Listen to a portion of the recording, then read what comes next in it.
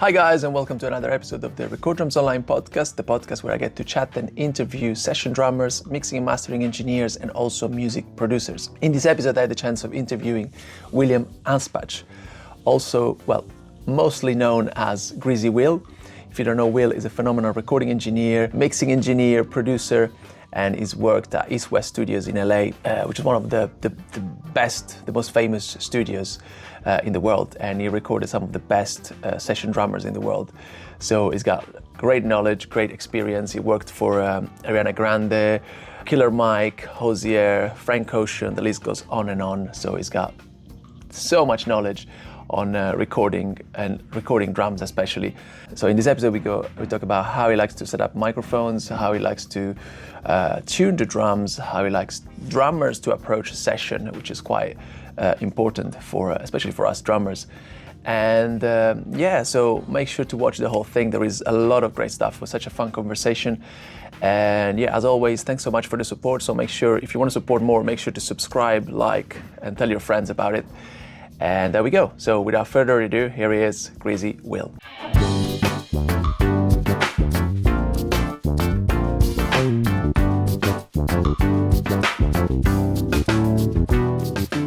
Yeah, nice one, Wil. Thanks so much for doing this. Yeah, so my pleasure. Thanks for having me. First question is what should I call you, Wil or Greazy Wil? Because it doesn't matter to me, you know. I'll tell you right out. So Greazy is just literally my attempt at branding. You know, it's like my friends started calling me that in the studio, and there was a choice I had to make at some point in time where I was like, okay, well, I gotta actually like embrace this or not, because like I don't know if you've noticed on TikTok or not, but being a bald, white, thin, like scraggly engineer guy is a thing, right? And without a brand, you're just the same as all the other ones, you know? So I don't care. Greazy Wil, it's all the same to me. Greazy Wil, everybody calls me something. Yeah, okay. That's cool. Yeah. I'll call you Wil for now, just for now, just because it's shorter. Oh, good. But, yeah. Nice. Yeah. So normally this podcast is all about drum recording, which, you know, you're a master at this. Like, thank you. Jake is I've seen you just recording Jake Reed, who's been on the podcast actually not long ago. So we can talk about everything, and you know, recording drums and recording in general, all of that. Sure.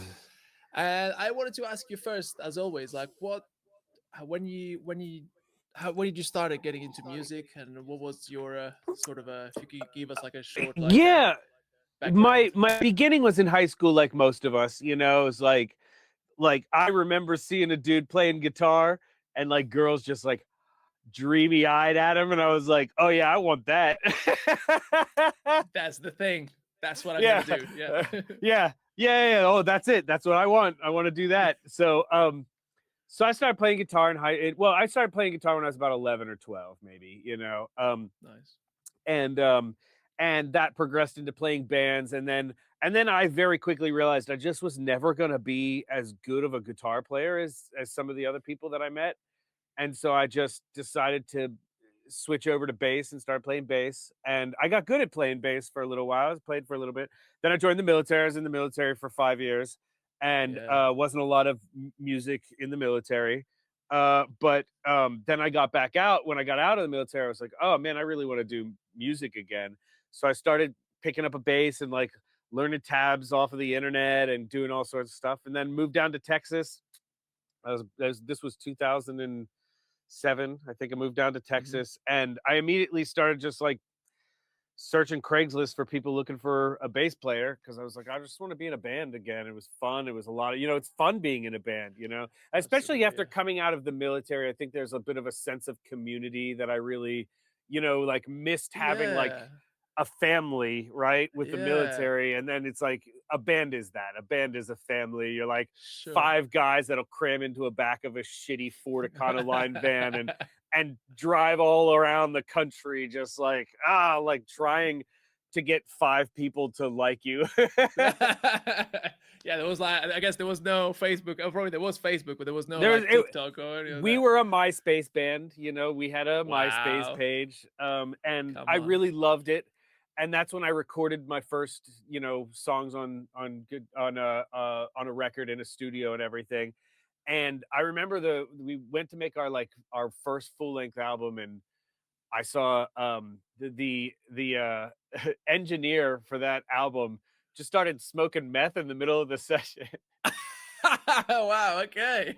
And I was like, that's crazy, man. Like, he could do this job on meth. Like, that's crazy. I think I want to be an engineer. Love it. Oh man. So after that, I lost my day job like very shortly after that. And Okay. and I was like, well, I don't really have any plans or anything. So I decided the smartest thing to do was maybe go to engineering school. Found a school that was 9 months long. And nice. from there, I got into my first job at East West in Hollywood, one of the most iconic studios in the world, which was just luck and timing and everything. And then very, very shortly after that, I was there maybe a couple months, 6 months max, when I met Jake Reed for the first time. Right. Okay. We were on a session together. It was a crazy session.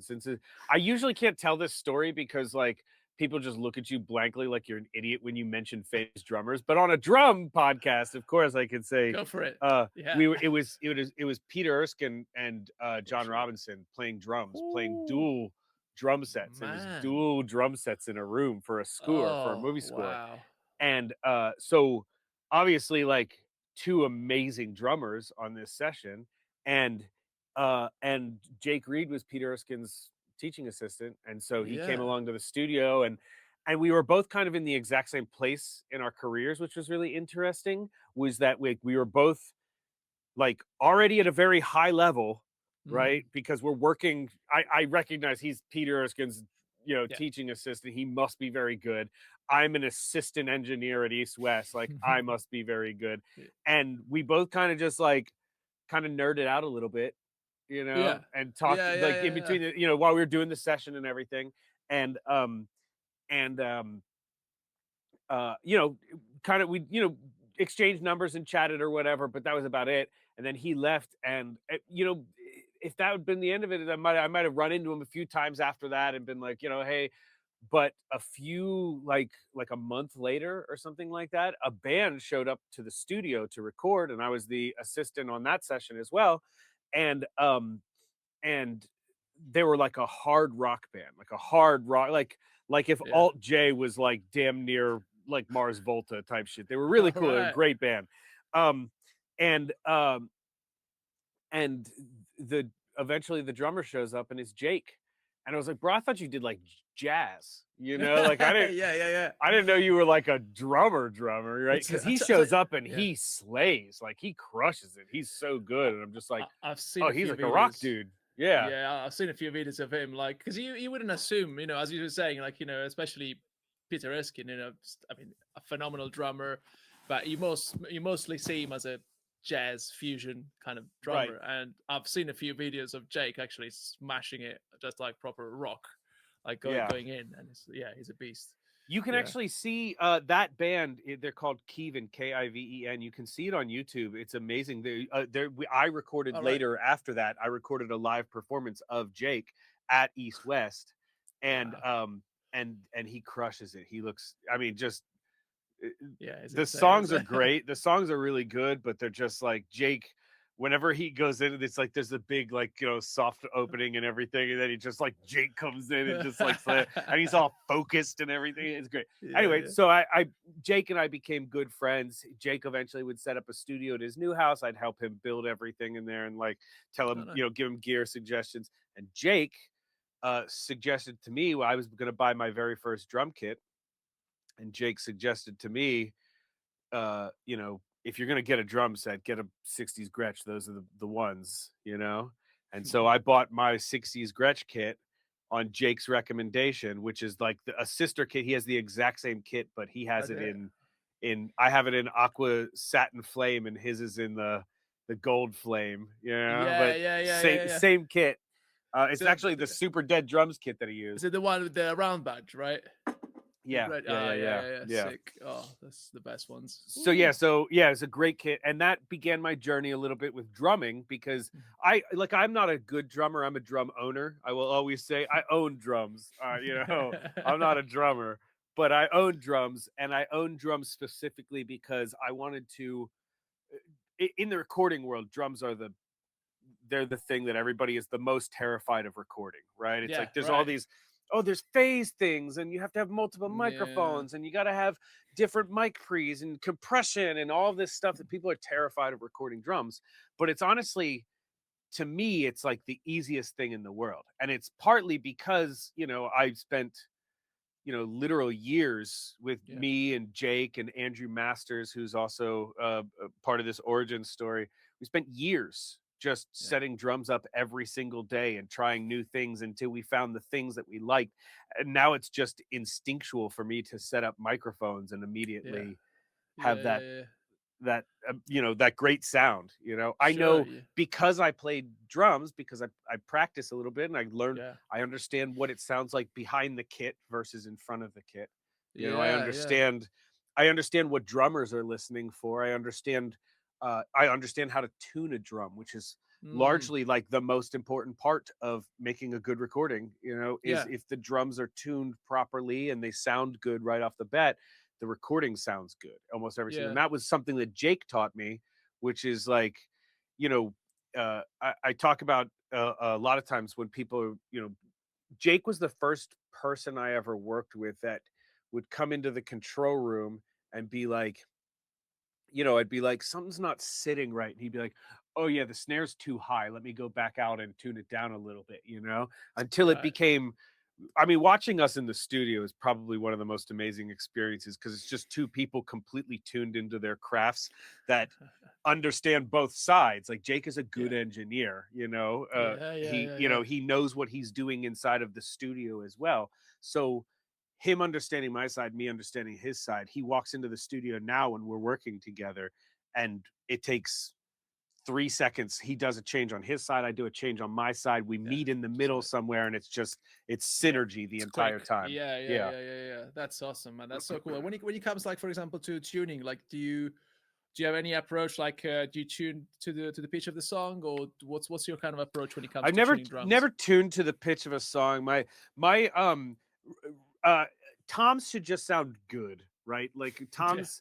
It's not like there is sometimes that you can hear the floor tom's too low or the floor tom's too high or something like that, or whatever you can. And that's the only pitch part of it that I ever really think about is like, is this sitting in the song right? And then a lot of times, to me, the biggest part, the kick and the snare are the sound, and it's not about so much the overall tuning of it, but the way it feels with the song. Like you can't put a big open kick drum in a speed metal song. It's not it's like, that's what I'm going for, is like, does this fit the environment appropriately? Is the decay of this thing, like, I'm thinking of it from very much an engineering standpoint. It's like, is this sitting with the other instruments properly? Is like, if the guitar is playing a lot of like staccato stuff, is like the snare holding out too long over everything and making it lose that that feel or whatever. That's what I think about. No, that's great. Even when it comes to snares, I guess, like, or when it comes to even just envisioning what kind of drum sound you're gonna want for a song, how do you go about it? Someone comes in and is like, hey man, I've got this song, what drums do you reckon? Sometimes probably the demo, but but I don't trust people's demos ever. Like, because people are often liars when it comes down to it. Like they just they think they want a thing, and then when you give it to them, like vintage drums is always that for me. People are like, oh, I want a vintage drum sound. I'm like, oh, so you want to not hear the kick drum is what you're saying? That's not actually what you want. What you want is like maybe a real sounding kit. You want some room around the kit. You want some, but other than that, like when people come in and they ask for my opinion on stuff, I just try, like, mostly this is, I find out what their influences are, and you can learn a lot about what sound you're looking for by what influences there are. You know, it's like it specifically like genre wise or era wise. Like if someone says they really like, you know, like that 80s kind of feel, like 80s musician feel, you know, like you could kind of guess that it was a Porcaro track or a John Robinson track, you know, like yeah. There's a select few people that did a lot of the drumming in each era, you know, like Hal Blaine. You can look at a Hal Blaine sound, like that's a very specific thing. If they say they like, whatever, you know, you can kind of narrow it down to an era.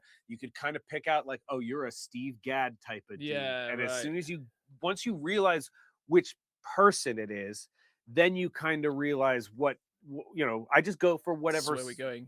Yeah. Oh, that's the person you're looking for. Yeah. Usually that's, you know, that's a good way to look at everything when it comes to looking for a sound. Is like, what influences are you drawing from? Well, that's one of these people, and these people played these things, you know? Yeah. Right. Okay. Fair. Nice. And when it comes to, for example, like miking up drums, what's your approach? Like, is there any, of course, like every song is different. So, you know, when it comes to miking I guess there is no, it's kind of going to this. way. Well, to me, I look at it again. It's like almost the same thing. It's like if your influences are a certain person, like I can very quickly pick out that you're like, oh, you're this type of engineer guy. You're a fucking Bruce Swedien type of person or whatever. And I could do you love the Beatles. Like that's a Jeff Emmerich thing. Like what would Jeff Emmerich do? Or Andy Johns or Glenn Johns or whoever, you know, it's like you pick out a type of music. You can pick out an era. When you can pick out an era, you can pick out an engineer. And once you pick out the guy who was doing the most stuff at that time, you just be that guy. Put up 4 microphones. If it's a 4 microphone sound, that's fine. It's okay. Yeah. If it's a if somebody says they liked Nickelback, it's like, okay, well, we're going for good. We're going for pristine. We're going for every cymbal clearly defined, every drum clearly defined. Everything should be punchy. Everything should be forward. And, you know, and like, so in order to get there, you're not getting there with a Glyn Johns like miking thing. You're not getting there with 4 mics. You're getting there with 16 to 20 microphones, and you're doing everything in a very specific way. Yeah. When it comes, for example, to having so many microphones, how do you let's say battle phase, or just how do you deal with phase in general? Like what's your approach when it comes to phase? Yeah, so phase is a consideration for people who aren't miking properly, right? I think that's like phase is part of the relationship of how you record drums, right? It like people will sometimes say like, oh yeah, I go back in and I time align everything perfectly so all of the things start at the same spot. Well, when you do that, you actually you're changing the relationship with the drums overall, right? It's like that phase relationship needs to exist simply to have space, you know? When you overdo it, it makes it worse most of the time, and people like end up screwing it. So I am very much I'm very much about mic positioning. I'm very much about for example, if you got your floor tom and your snare mic, they're basically pointing towards each other, right? If you position them in that way. If you have them going across the heads on both sides, you're going to get a ton of floor tom in your snare mic and a ton of snare in your floor tom mic, obviously, right? When you change the angles so that the tom is now in the null point, and use proper microphones so that there is a null point that cancels out that tom mic, right? And the same with the tom. When you position the microphones correctly, you don't have to worry about phase because they're not interacting with each other between these microphones. You get a better phase cohesiveness across the whole kit by removing phase as a conversation. Now your only phase relationships are between each close mic and the overheads, right? And that phase relationship is supposed to be wonky. It's not supposed to be this tom over here should not have the same phase relationship as the snare, because they're different distances, and those different distances are literally what give you space in your drum set. Yeah. And just for the record, Everybody who's listening to this, if you that whole conversation just made you go like, oh shit, I have an entire course where I teach how to record drums. The Greazy Does It Principles of Recording course, and I spend the most time on drums. I do everything, but most time on drums, because I think that, again, a very scary concept for people, and it's not that hard. Yeah, I'll put it in the descriptions. Like, I just write down the link. I'll put the link for sure. Nice one. Okay. I saw it's funny. I saw like about a year ago or something. Jake posted a thing. I think you did, like, miking the bottom of the snare with a D112, which I never saw before, and I started doing it as well. I was like, oh shit, this is great. This is actually, it's cool. Yeah. How did you stumble upon that? Man, you know what? Like everything that is in my entire career, eventually it's just like drumming, right? It's like you do it enough times, and accidents that happen start to become things that you do intentionally or something. I think that started off just as like a day where, the 441 was pretty much the standard at the studio, and one day there was no 441, so it was like, and then like they have like 8 of them or something, so someone must have been doing a Frank Sinatra recreation or something. Anyway, so there was no 441, and I was like, well, shit, what else is kind of like a 441 in sound, and a D112 kind of scratched that itch for me or whatever. And I was like, you know what, I'm going to try that out. And I threw it on there, and I was like, oh, that totally works. And it did something really cool with the snare, because it's a good body microphone. It picks up body really nice. And a lot of times at that low end of the snare, of the snare bottom, it kind of gets lost, and we end up just getting the scratchiness of that snare. But having that low in there too, combined with the top, kind of made a real, nice body to the snare drum overall. So I just, oh, that's cool, I'll do it. Yeah, no, it's great. It's great. Like, I love those kind of, like, ideas where you just like try new stuff, new microphones, and just, oh, okay, actually that works. That's not too bad.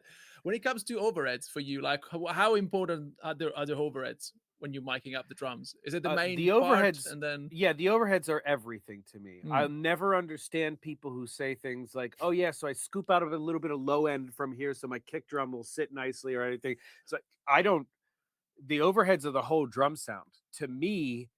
It's good overheads, and then start adding things in after that. It should, like, everything else is just an accent. Everything else is just so you can get a little bit more of something. But the sound of the drums, and that's also why I think that the drums shape so much, like the actual drums, the physical drums, and the player shape so much of the drum sound, is because I rely on the overheads, which means I rely on the drummer. And it's also, if you think about it, pretty much the closest you can get to the drummer's perspective, right? Whenever you're actually, when you're, because everything else is an individual mic or farther away. The overheads are what the drummer is hearing. And so by default, to me, the most important part of the kit and the sound. Yeah. Is there any specific way you normally, like, do you measure the overheads? How do you go about it? Space pair, and a loosely informed space pair, because the reality is, like, I talk about this a lot. One of the toughest things to do is find the center of a drum kit, right? Yeah. First off, because everybody's different. Some people play 1 up, 1 down. Some people play 3 toms, 4 toms. I had a dude, I did a band one time with a guy who had 8 toms. So it was like, where's the center of the kit then? Because if you do just the kick and the snare at that point, these, like, this 1 tom's here, and then like the rest of the kit is over here.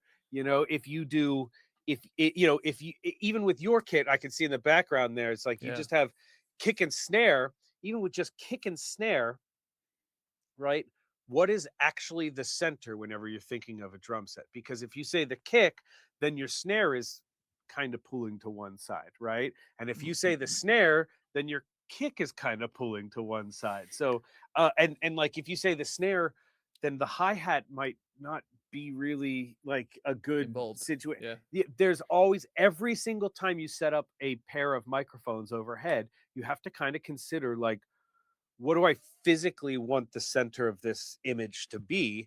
And in my case, I kind of think, rather than thinking of a drum set as a 2-dimensional overview, right? I like to think of it as a 3-dimensional thing, in which, like, I wish I could draw this, but it basically it's because it's 3-dimensional, it makes it really hard. But basically, there's a line that goes over the kick and the snare, right? In line with the drummer's chest, basically. That now becomes the actual center, which means instead of it being like straight over top, it kind of tilts to a side a little bit. And so that's what I kind of think about whenever and so by default, that means that every single drum set has to be thought of slightly different. Every single drummer's setup needs to be thought of slightly different. Even in terms of, there's left-handed drummers out there. We got to think about how left-hand drummers sound, you know? That's true. That's true. Oh, man. All 7 of them. All 7. Oh, there's some amazing left-handed drummers. Like, I don't know that many, but the ones that I know, they're all so good. I don't know. They probably I'm bored of playing with the right. Just like I'm a hardcore drummer's perspective person. Like I think you that actually talk about that. Yeah. Sure, for sure. Because the only people that care about what perspective the drums are in are drummers, right? Nobody else gives a shit. And only drummers care because they want to roll down the toms and the toms go the right way. Yeah. They want the hi-hat to be in the right place. Like you can't air drum to the hi-hat over here. It doesn't make any sense. You got to air drum to the hi-hat on the correct side. And so for me, it's like there's no question. That means that we appease the people in this situation who care the most. And inside, that's me as well. I also want that. I want to sit there and air drum to it. Nobody air drums an audience perspective. No. It's true. No, that's So because I'm a hardcore on that, it's always funny whenever I get a left-handed drummer because I have this like crisis of faith where I'm just like, where do I put it? Like, do I put it on the? Because he is left-handed, but then I have to listen to it backwards, and it's like, oh, I hate this. I'm gonna play it. I'm gonna drum it. So I'm gonna do it the right way and just put it right. Yeah. That's nice, man. No, that's cool. Okay. So you also, you recorded in amazing rooms at East West, and just how much does the room does to a sound? Like it's a big part for sure. I mean, I simultaneously believe wholeheartedly in the room and also don't care. It's like one of those things that like if I had to record in a bathroom, I'd figure it out. Like it's I think that's engineering. Engineering is the entire concept is like not what do you want, but what do you have. And so on one hand, I think the room matters a lot. Like I honestly, like it's one of the things about East West that's so fantastic to me. East West Studio 2 and Sunset Sound Studio 2 have the best live rooms in all of Los Angeles for recording drums. Wow. And I think the Greazy Factory, my studio, is also it's actually remarkably close to Studio 2. Nice. I did a little test recently and I'm surprised at how close it is. Yeah. And I really love it a lot. But that being said, like those are the best rooms in all of Hollywood, and when you're there the job is easier. And so like the right decay for the room, for the sound you're trying to go for is really crucial. It's much harder to get. I mean, it's almost impossible to get a big room to sound like a small room, and it's really hard to get a small room to sound like a big room if you're not really good at engineering. Like, so the right room is important. Like is there a way, because a lot of drummers listening to this, they probably have like a tiny, I don't want to say tiny room, but just not a and we all trying to do the remote recording thing, and what could you suggest in terms of like helping out and just making the best out of a room sound? So I mean, first of all, being creative is a big part of it. Like, principles and fundamentals are really important and everything, but beyond that, being creative, I think, is really important. It's like I said, it's hard to get a big sound out of a small room or a small sound out of a big room, but embracing what you have and finding what's good about it and then taking advantage of it is really important, I think. It's less about trying to make it sound great than make it sound like yourself. because like I said, we're back to, the drummer knows the sound of the drums better than anybody else, of course. Yeah. You guys actually listen to the difference between cymbals and like pick out ones you like and everything, so finding out what accents the thing that you like about it is really important. Outside of that, I think obviously it's good to treat your room the best you can. I think for like professionals who are trying to get like Jake Reed is a great example of that. Like his room is not a big room, it's not a great room, but he did what he could with it. He treated it for like for Yeah. tone, and made sure it was like fairly flat, and then because it's fairly flat, then he can control the sound that he gets by choosing the right drums. And so that kind of helps a lot. I think you can do a lot with just like 4 microphones if your room is fairly well, I wouldn't even say tuned, just controlled, Yeah. no Okay. strange sounds, no weird boominess, no, like listening for the things that sound strange. You guys can hear it. You can hear, oh, that kick drum is making the whole room go whoom, whoom every time I hit it. Well, that's a frequency thing, and you just need to find out what's causing that and eliminate it. But if you do Nice. that's probably the biggest thing. It's just having your drums sound like your drums Yeah. should be Yeah. the key, Yeah. right? Yeah. I mean, I just, I feel like a lot of people as well, just, I find that they kind of put all these kind of plugins and just, simulation, just because they don't have the room sometimes, so they kind of have to get a little help Yeah, from. yeah, absolutely. And I think that's, honestly, it's fine. I always, I did drums for Travis Barker a bunch of times, and I always Yeah. thought it was funny. I would go over to Travis Barker's studio, and they basically just had a template that was like the drum sound, right? And it was like, as soon as he played, all you had to do was just like activate all the plugins, and it was the Travis Barker drum sound. And like, I always thought it was so funny because I was like, God, man, you got like 1,000 plugins on here. You got samples. You got all this stuff going on to make it sound like Travis Barker, right? But it's like you have a beautiful studio and this like really nice console and like all this stuff. You have the ability to just get that before you Yeah. put it into the computer. You could just Yeah. do it, but it's just like easier to do it that way for you, which is fine. I get, do whatever makes the most Yeah. music happen or whatever. But to me, it's always about the source. If you get it right Yeah. in the room first, then the Mm. microphone should pick it up nicely. And then once you pick up, if you use good microphones, you use the right microphones for the right situation with good miking and everything, then that's the next step. And, just Yeah. on down the line. It's why No, yeah. Jake is such like a, a well sought after drummer, is because Yeah. he gets it right in the room right away, and he gets the sound right, and then his engineering can be minimal because everything's right in the room. Is there? Yeah. In fact, actually, I wanted to talk about this. Like, what are your thoughts when it comes to so when you record, how much do you put in the way in terms of mixing, like, like compression, EQ, and stuff like that on the way in versus mixing on.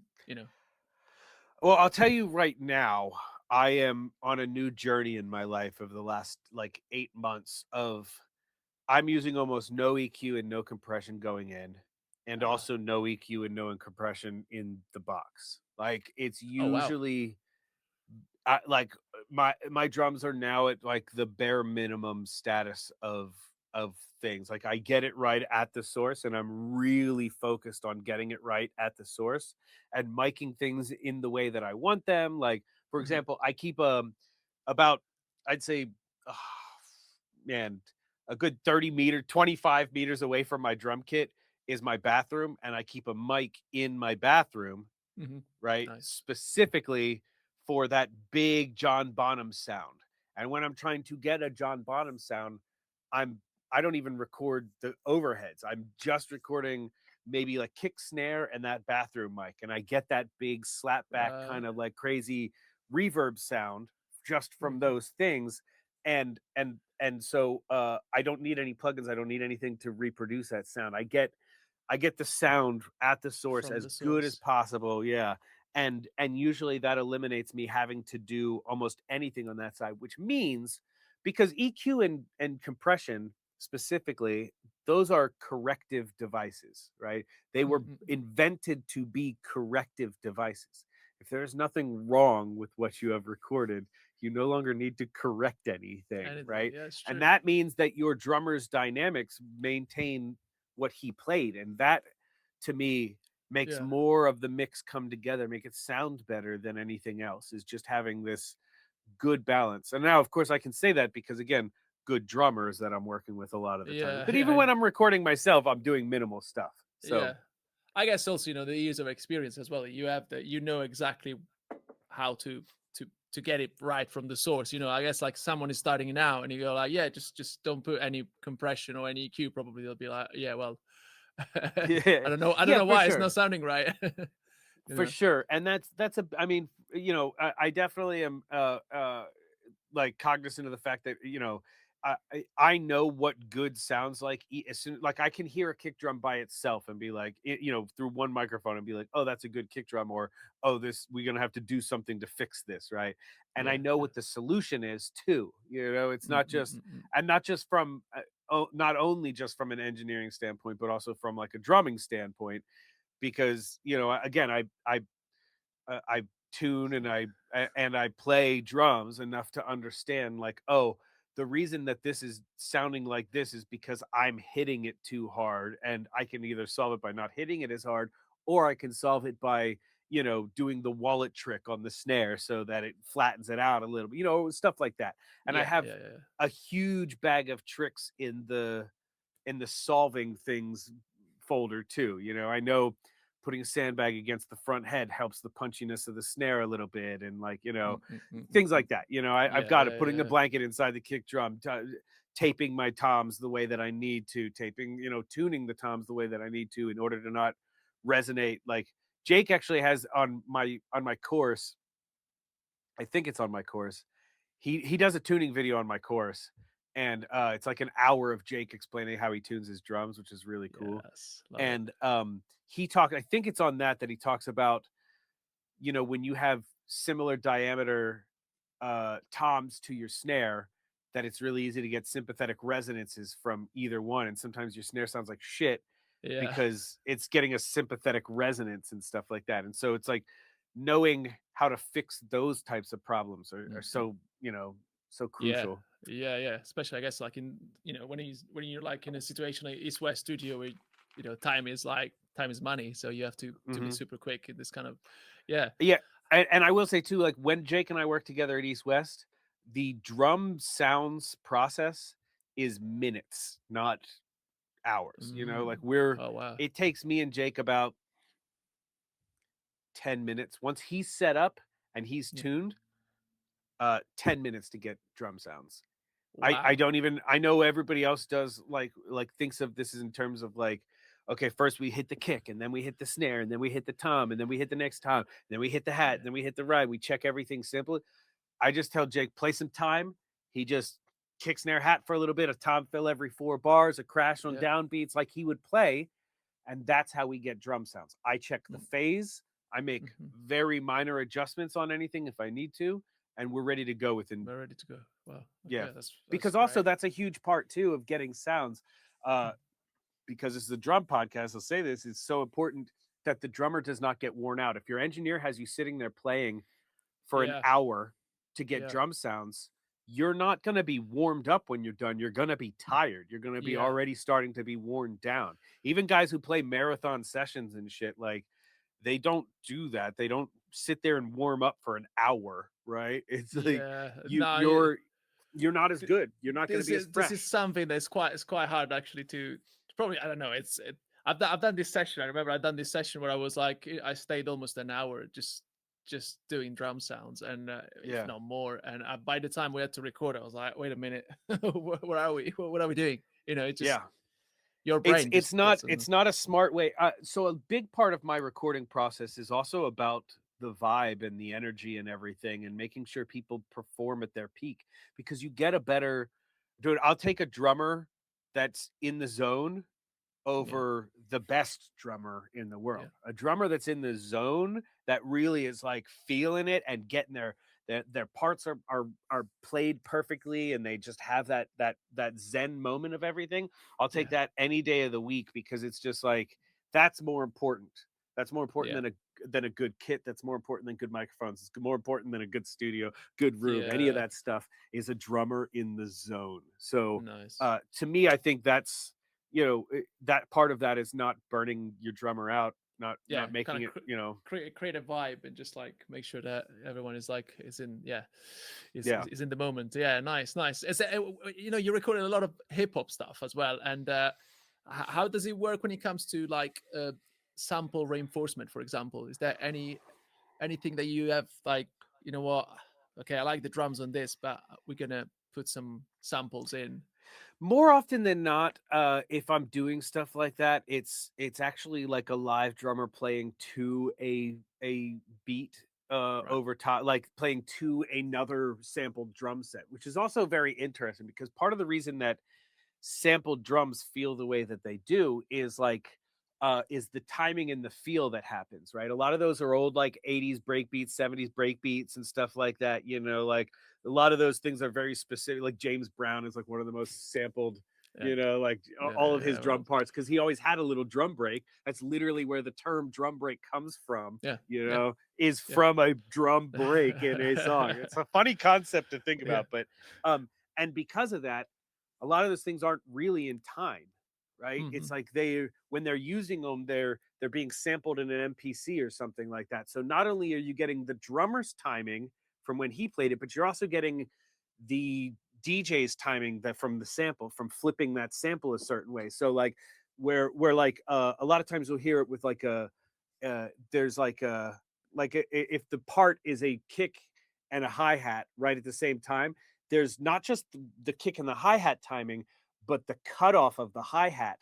That's part of the timing of that whole thing.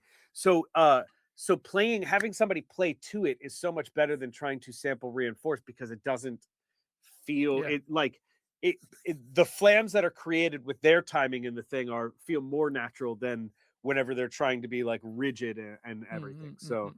It's interesting. Hip hop has a whole thing about drums that is so fascinating to me, because the swing is so important in a lot of that stuff, and the way that and it's programmed swing, which is a really funny concept. It's programmed swing. It's people purposefully having a feel that does like a little groove to it. So it's cool. A lot of times it's live drums are better to just be played to that than to try and. So a lot of times, like, dude, like when I work with good drummers, they'll ask, are we keeping this drum sample in or not? Because if we're keeping it in, I want to play to the sample. If we're not, then take it out and I'll have my own feel inside of this. But if we are keeping that loop in, let me play to the loop so I can feel it and groove to that. Nice. That's so cool. And another question I wanted to ask you about drummers, because you've seen a lot of drummers, right? A lot of drummers, all the best, right? Yeah, I know. All the best in the world, every single one of them. Like, there's very few that I wouldn't be able to be like, oh yeah, I haven't worked with them. I worked with almost. I mean, Vinnie Story, Matt Chamberlain, Josh Freese, Jake obviously is up there. Any cool stories of any drummers you're like, wow, this blew? I'll tell my favorite Vinnie Story story of all time, and it relates to that feel thing. I did a session with Vinnie early in my career. I was the assistant engineer on the session, and I was running Pro Tools. Back then, the assistant always ran Pro Tools. It's not as common these days, but I was running Pro Tools, and Vinnie listens to the song. First off, like, this guy's ability to just play the song is so incredible. Like, he listens to the demo, and then he goes out into the room and he sits down and he plays it through one time perfectly, right? All parts or everything exactly the way the demo was, right? And then he says, cool, maybe I'll do a second one just with what I think it should be, and of course the producer and the artist are like, oh yeah, please, the demo was just the demo, like, you don't have to stick to that or whatever. So then Vinnie plays down another take of what he thinks he should do, and he plays it down again flawlessly, right? But coming out of the second chorus, there was like a little break, and then the snare comes back in on like the 3 or whatever, and then the shit starts, right? And when he comes back in on the 3, he comes back in just, I'm talking milliseconds late, not really even noticeably late, but just like in the control room sitting on like the click track, like a little bit late. Yeah. And then he comes back in the room, and as he's on his way back into the room, the producer says, "Hey, that snare on the after the second chorus, can you just nudge that over like just 10 milliseconds, just the tiniest amount, you know?" And so I do, and we listen back down, and Vinny's sitting there listening, and we get to the end of the track, and he goes, "Okay, now move my snare back to where I put it." Oh shit! So he noticed it. He knew noticed exactly. like a 10 millisecond nudge. He's like, "I know it was late. I played it late on purpose. Like, listen to it without the click. It's gonna sound awesome." And like without the click, it was perfect. He played it perfectly. Like it was exactly what you would want. But just the way the way that it felt, it was just like, man, he just why? Oh man, it felt so cool. It felt so cool, and I was just like, well, yeah. And I, you're the you know, best. and it was just so funny that like first off that he knew that he played it late, and he also knew that whenever he heard it back, it was moved. Right? It was the only thing in the whole song that was moved. We moved it the tiniest bit, and he was just like with confidence, like put my snare back where I played it. And I was like, okay, sorry. Okay, sure. I looked at the producer, and the producer gave me like, yeah, do it. If he says so, yeah, let's do it. That's awesome. Yeah, we'll just go ahead and listen to what Vinny says. He's smart. Oh man, yeah, he's the best. He's the best. Is there anything that you would recommend though to drummers that come to record in a studio that they shouldn't do? Or they're just like something that you saw probably over the years, and you're like, you know what, there are certain things that drummers, yeah, probably one of the biggest things is like just don't. What you hear is not what we hear. You know, it's like through the microphones is a different sound, right? And in conjunction with that, don't be that guy that's like, no, these are my cymbals, this is my snare, this is like, because like none of your favorite drummers were like that.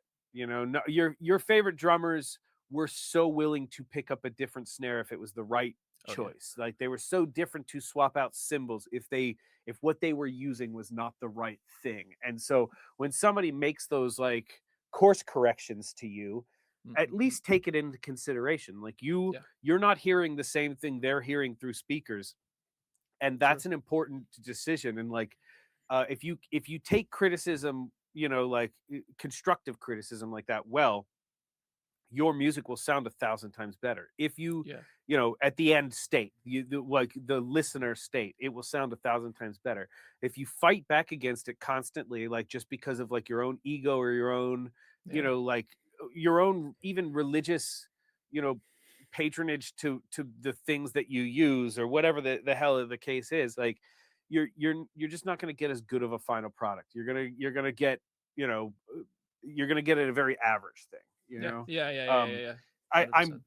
I think probably one of the most like iconic moments in music history is the John Bottom "When the Levee Breaks" like drum sound, because that's like that's not a traditional drum sound in any way, shape, or form. No one was purposely getting drum sounds like that at that time. And then they were like, what if we put some slapback on it? What if we, you know, like, what if we make this even crazier? And they went with it, and it was cool. But if John Bonham was being precious about his tone, which he clearly never was, not once ever did he seem precious about his tone, you know, like we wouldn't have gotten some of the most iconic sounds. So, you know, get over yourself. Absolutely. I love this. Yeah, great. Well, so we normally do at the end of every episode, we do like a 10 called non-rapid fire questions, because the questions are like a bit, you know. So feel free to you know, expand on my exactly. Yeah. So first one is top 3 albums for. This is the hardest, by the way. This is top 3 albums for best drum sound. Man, as of today, this is cheating, all right. But I'd say up there is The Wall, right? Pink Floyd. Nice. Yeah. Amazing. Nick Mason drums on that are so great, and also a feature from Jeff Porcaro on Mother, which is one of It's the true. most amazing drum sounds ever. Like that whole song, everything about it just feels so good. The timing of it, the way he plays it, it's one of my top songs. I'm Man, some of those uh Phil Collins Genesis era albums have amazing Ooh. drum sounds on them too. Yeah. Really, really good drum sounds. And then I it would be very hard for me to not put Ringo on there.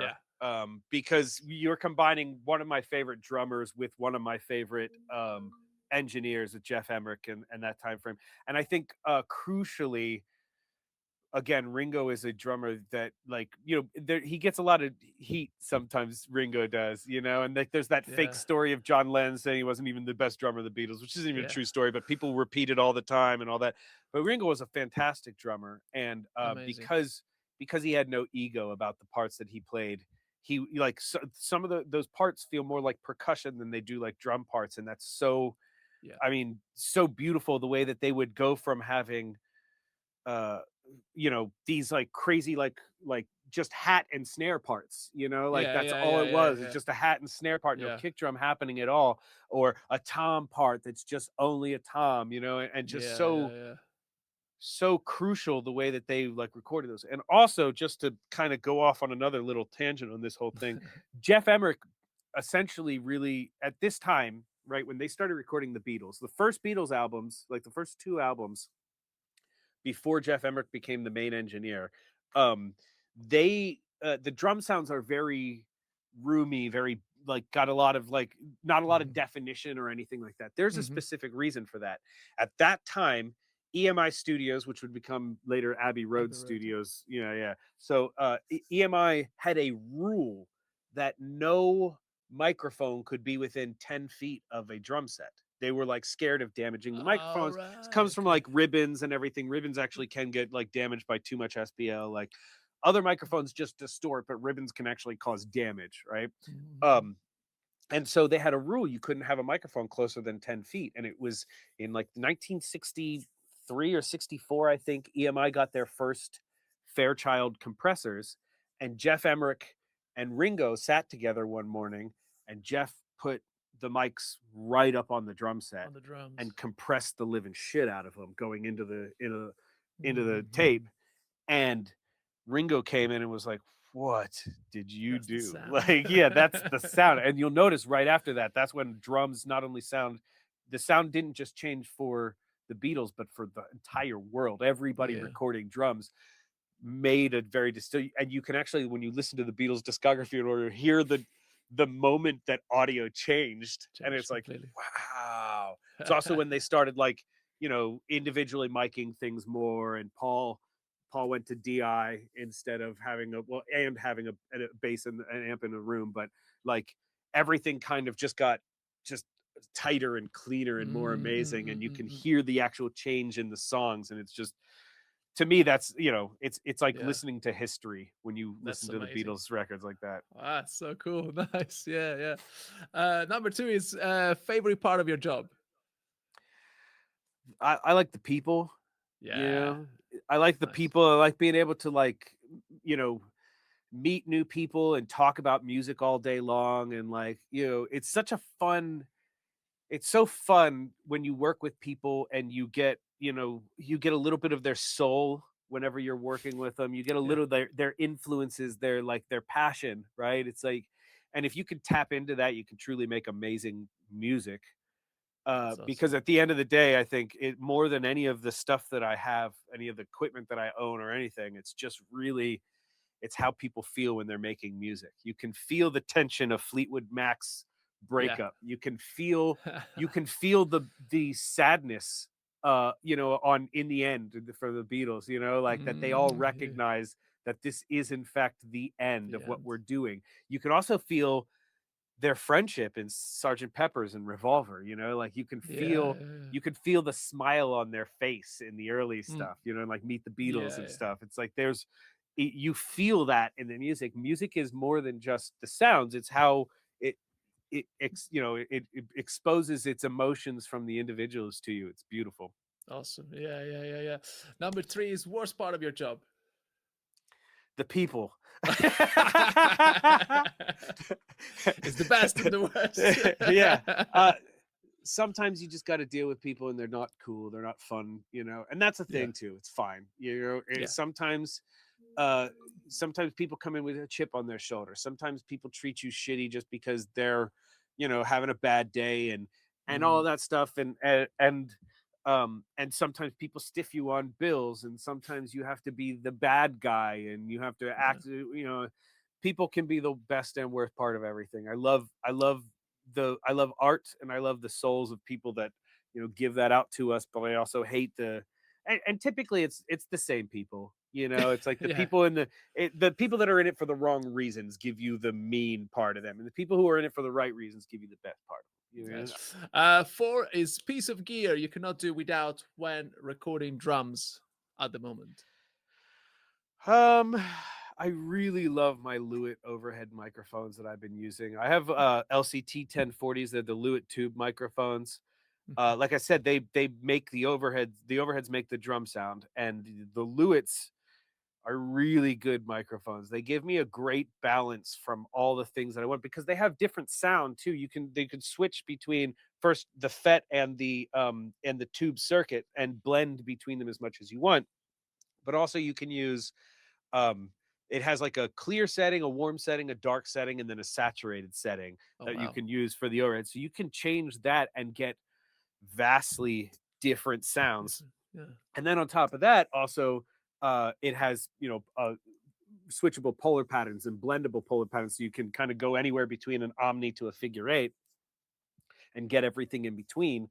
And so it's hugely versatile for getting all my different drum sounds. Anytime somebody wants something changed, you know, a lot of times someone will say something like, you know, oh, I wish the drums had more presence or whatever. And they think, like, can you add a plugin or something to do it? And I'm like, let me go change the way the mics are, right? Maybe I use them instead of instead of putting them in a cardioid pattern, I move them into figure 8 so they get a little bit more of the room, or move into omni to get a little bit more of the room or something. You know, it's like change the way that the microphones are working to change the sound, and it's almost always the solution. I can get almost anything I want out of that, and they are expensive, but they're so worth it to me. Nice. Yeah, I mean, like, they're not as expensive as like a pair of 67s or something like that, you know, but they're a couple grand a piece, you know. But I mean, I could, for a lot of the stuff I do, I could just use the overheads and a kick and snare and be done with the drum sound.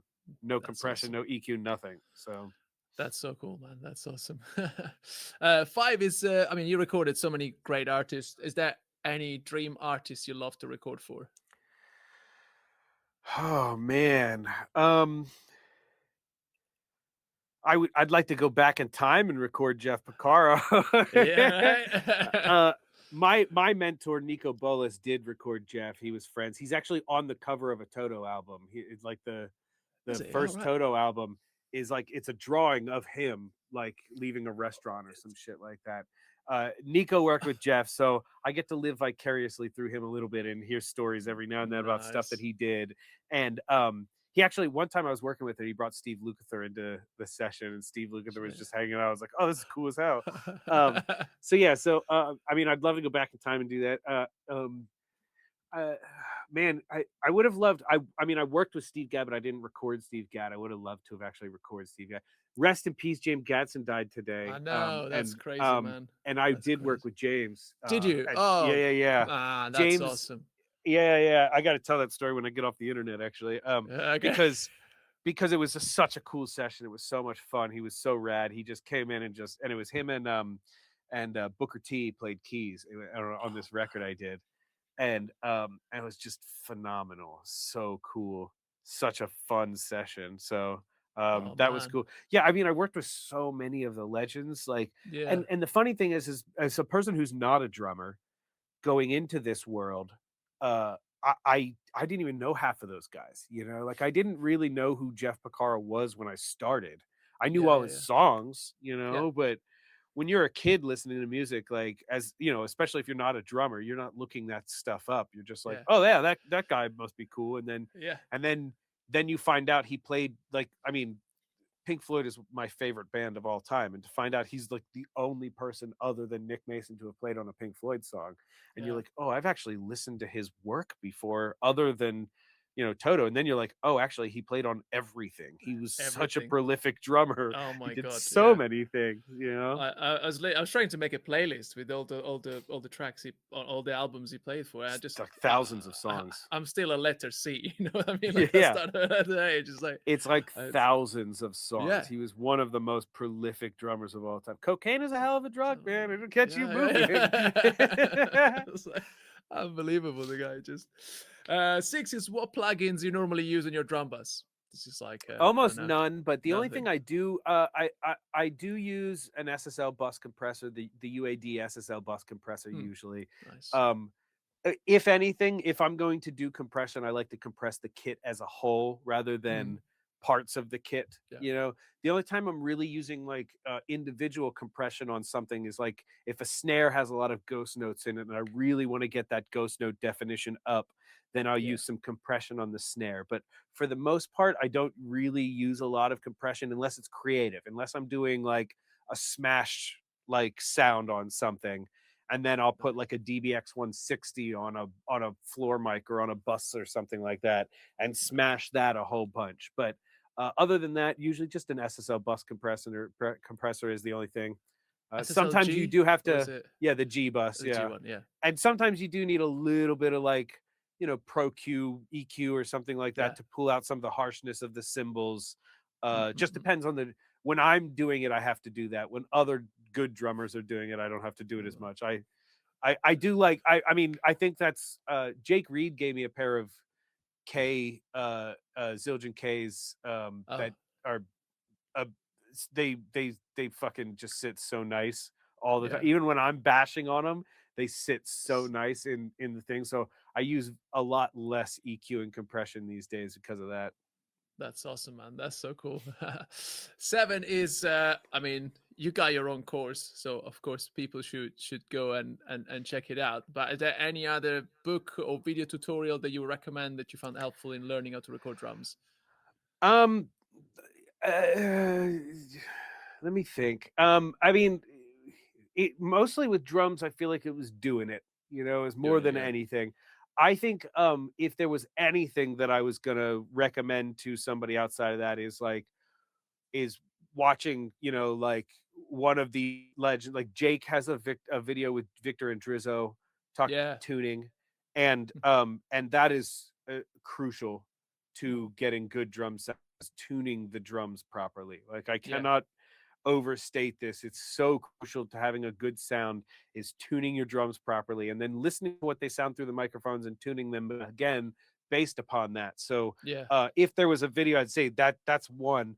But just any video of somebody good actually explaining tuning in a very good way that you can understand so that you can start tuning your drums properly is so big. It's crazy to me how few drummers are actually okay at tuning their kits. A lot of them are just twisting fucking shit until it's close or whatever, until they think it's even reasonable, and it's not actually reasonable. You guys need to get better. True. 8 is, who's your inspiration when it comes to recording drums? Oh man, Nico Bolas, who was one of my mentors, is a big inspiration to me. He's such a good I loved working with him because he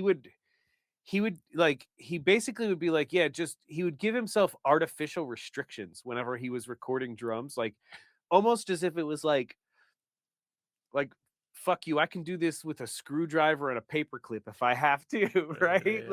He would instead, like one time we did just all 421s on the drum kit, just all Sennheiser 421s, overheads were 421s, like everything, all 421s. Wow. And it sounded better than other people's most drums like recordings, you know. It's like, how did you make this sound so good with just one type of microphone across the whole thing? If you gave him any restriction, he would just make it sound good. And I love that because it was like it kept reinforcing this concept of like these are all just tools, Everything that you're using is just tools. If the drums sound good, first off, boom. If then these are going to sound good no matter what. And and seeing him just make a good drum sound out of anything made me so much more like open to trying things, right? Because up until then it was always like, well, I got to have 67s on my overheads because that's what sounds the best. And I got to do this is what everyone is doing. I have to have a FET 47. I have to have a D12 in the kick in. I have to do this. I have to do this. And then after Nico, it was like, I don't have to do anything, man. I could set up I could set up a 57. Yeah. I can set up a 57. And I actually have a video on the internet on YouTube if anybody wants to check it out. I have a video on my YouTube channel of me just getting drum sounds with 257s, and it's phenomenal. It sounds amazing. Like listening to it, and all I did is like, and I showed my process too, but all I did is basically like, okay, first I'll put them as overheads. Okay, that's not really giving me enough kick, so I'll move them down, and I just listened and moved the mics around until I felt like, okay, this is it. Right. Yeah, and then press record and it sounds amazing. It's just 257s, so it's like don't you know you don't need anything. Gear. You don't need anything. Just do it. You can just do it. Just record. It's awesome. Yeah, true. 9 is best advice you've ever received. Jim Scott. I always say this. Jim Scott told me when I first started. I asked him, if you were just starting out, what would you do?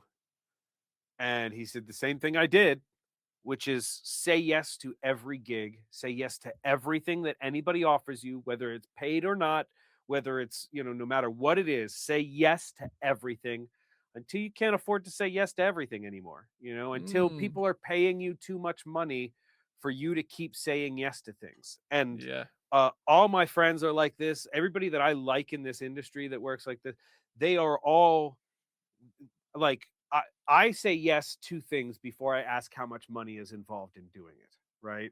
I say yes to things before I know any of the details. Like you could after you tell me what's going on, you could then be like, and also we're doing it in a junkyard and there's like mosquitoes and rabid dogs running around, and I'd be like, okay.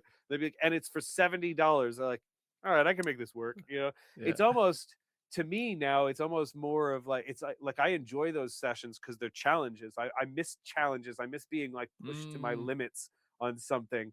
And so I say yes to everything. And it has made my entire career, because not only did the experience make me better, make me more prepared for more experiences, more different things, but also,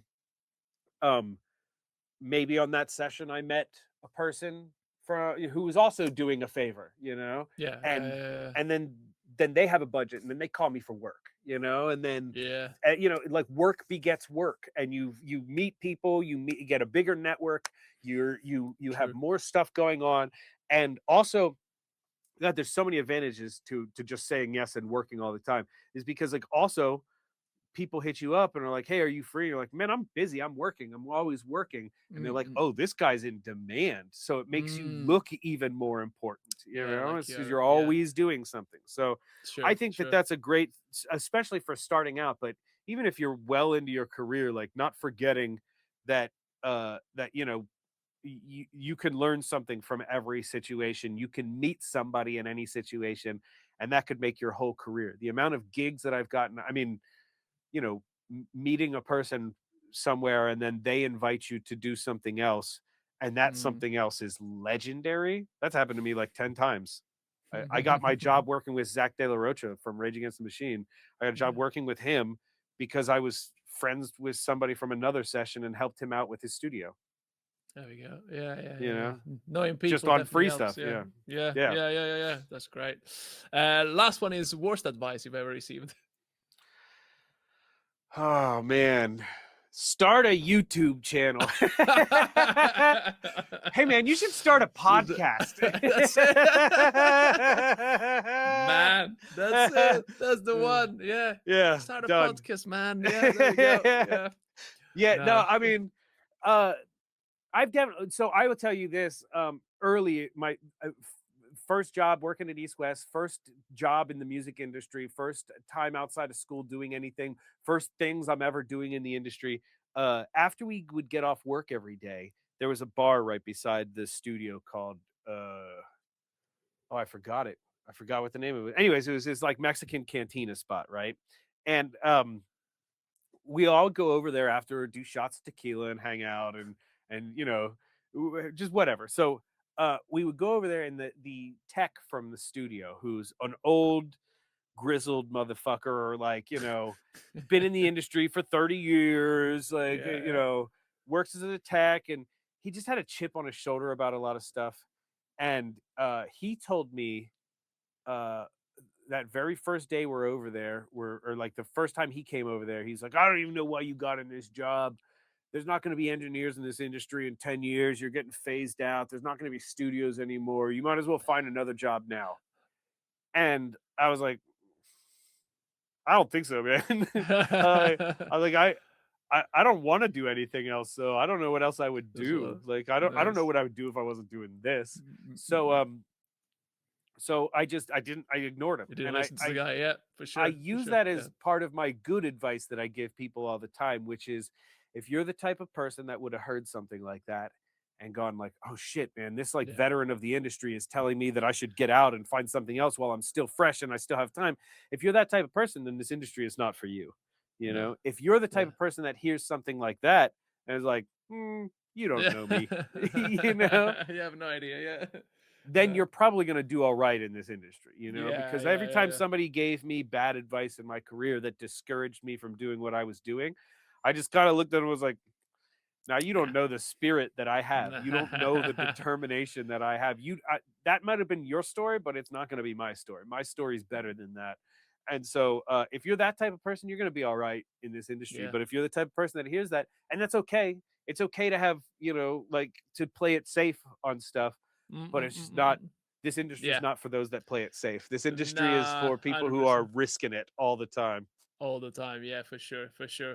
Oh, that's awesome, man. Yeah, you're definitely smashing it, man. I can see everywhere. You're just smashing it at this. So keep doing it. Keep, continue like that, because it's awesome. I love watching your videos, and and I saw the credits, man. It's incredible, the people you worked with. So cool, man. It's such a cool thing, because again, like I said, like those credits happened because I just kept showing up. I kept showing up to everything. Like I had I tell this story occasionally. I had an opportunity very early in my career. I worked with Ariana Grande on her first album, the first thing that she ever did, and they liked working with me. And her manager actually asked if I was like free to do more stuff, and I was like, that's not really the direction I'm taking in my career. Like, it would have paid me a lot of money, and it would have been huge for my life and everything, but my career, I was the road less traveled, and I took that path. I took every single time, damn near, when somebody was like, here's the easy road and here's your third divorce, like, okay. Third divorce it is. Let's do it, So I very much took the harder road every time, but that leads to some really cool stuff. Like, I can't imagine that that any of my heroes, any of the people that I love, the music that they made, would have been the same had they not taken some of the harder roads. And that could be the lesson for everybody, is like, you really want to make it. It's not the easy road, is not making it, right? It's like the hard. I mean, you guys are drummers, so like, that you've we chose the worst instrument. Yeah. I love that joke about it's being a musician, but I think mostly applies to drummers, which is like, being a drummer is loading up $10,000 in gear to drive 400 miles to make $20 on a gig that you're playing. Man, I say that to myself at every gig. Every time I come back to the studio with all the gear, I'm like, what the fuck? I could have played the flute, or I could have played, could have be a singer. Yeah, dude, just... flute players don't have to buy anything. They buy one instrument, that's it for the rest of their life. They don't have to just keep buying parts and stuff. Like drummers, it's like every month you got to spend like $200 in drum heads. It's ridiculous. Drumsticks, and then cymbals cracks. Oh my god, buy new cymbals. Yeah, and drumsticks are getting worse and worse quality every year. Yeah, and still and going up in price every year. Yeah, it's impossible now to buy them anymore. But Yeah. Man, that was so much fun. Thanks so much, man, for Absolutely. taking your time. That was awesome. Awesome to meet you as well. That's if people want to reach out to you, and what's the best places? I'll write down everything in the description. I mean, I'm on the internet.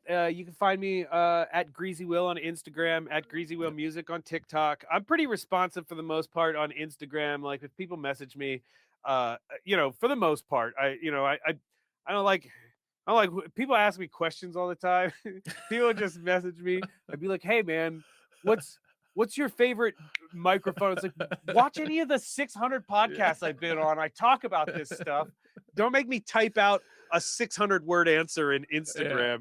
It's like, because I will too. That's the problem. Here's the thing. It's like, I don't answer questions because I will answer questions. Every now and then someone will message me, and then they just get like a fucking 12-page manifesto back from me about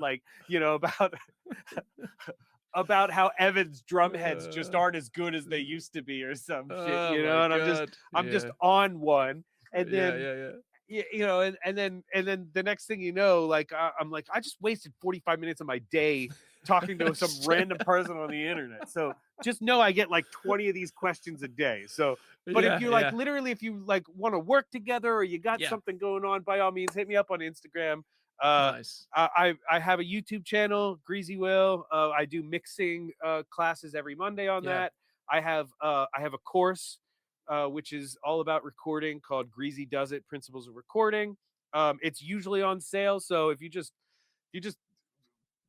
click on somewhere in my bio, you'll find a discount code, I'm sure. What else do I got? I mean, I'm all over the internet. I'm always doing stuff. I'm always on people's podcasts, and nice.